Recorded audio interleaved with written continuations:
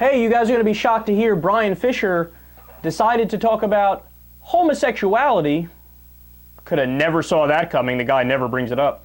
But also, science. This should be fun. Let's go.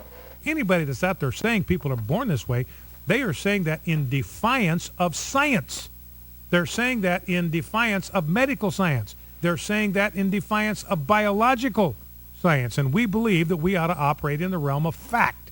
We ought to operate in the realm of biological truth. We ought to operate in the realm of health truth. We ought to operate in the realm of biological truth. We ought to operate in the realm of genetic truth. We shouldn't operate in this fantasy land, this make-believe world where everything is fabricated and made up and there's no basis for it in reality. And that's where homosexual activists are. They're completely unhinged and unmoored from biological, genetic, medical reality.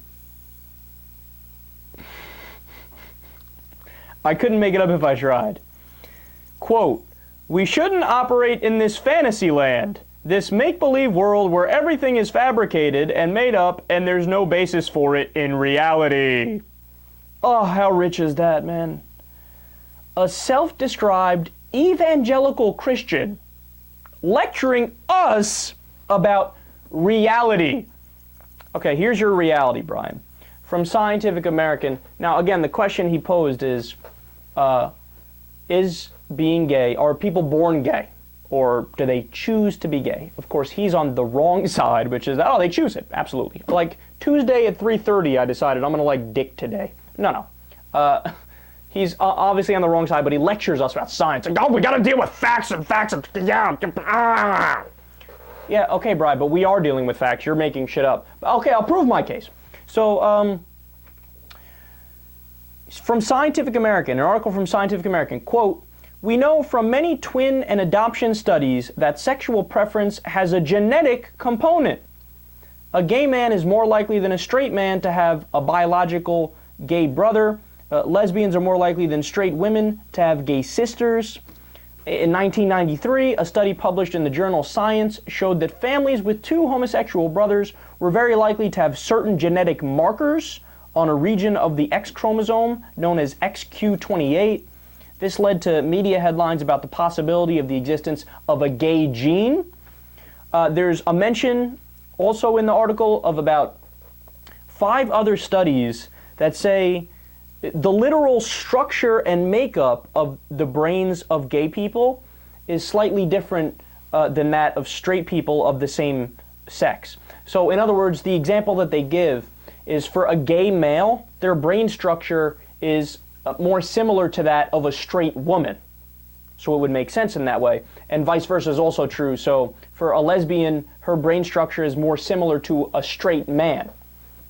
Again, it appears to make perfect sense, but it also shows that they didn't just choose, it's their biology, right? Also, quote, "Your brain was influencing," from the article, "your brain was influencing your sexual preference even before you were born." And even putting all of that science aside for a second, okay? Common sense would disagree with Bryan Fischer. Now, I don't know if you guys have ever done this, but I've done this. I've met plenty of gay people in my life. I've known them throughout school, been friends close with them for a while. I've worked with them, etc. And every gay person that you talk to will tell you straight up, of course they didn't choose to like the same sex. I mean, what did they want? To risk being ostracized by their family and friends, and they wanted to feel like they weren't normal? I mean, that's insane. Nobody would pick that. And by the way, when you realize what your sexual preference is, when you're around puberty and you got all the hormones raging and you want to be sexually active, right? That's when people most in their life want to fit in. And you're saying they actively would make the decision to not fit in that time frame?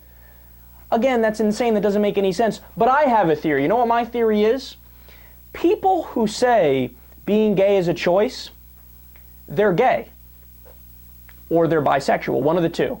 They're certainly not heterosexual. Now, why do I say that? Because Bryan Fischer is so sure that that's the case, because that's the case for him. So he says it's a choice because he's actually attracted to men and women, And when he says it's a choice, he means it's a choice which one I act on in terms of doing the actual act, right? Having sex. So, but he thinks since I'm attracted to both, everybody's got to be attracted to both. But that's not true, Bryan, because me, for example, I'm only attracted to women. So it's projection. It's always projection with these guys. They extrapolate based on their own feelings to everybody else, and ironically, he exposes himself for what he is, which is a closeted gay or closeted bisexual. It's so obvious.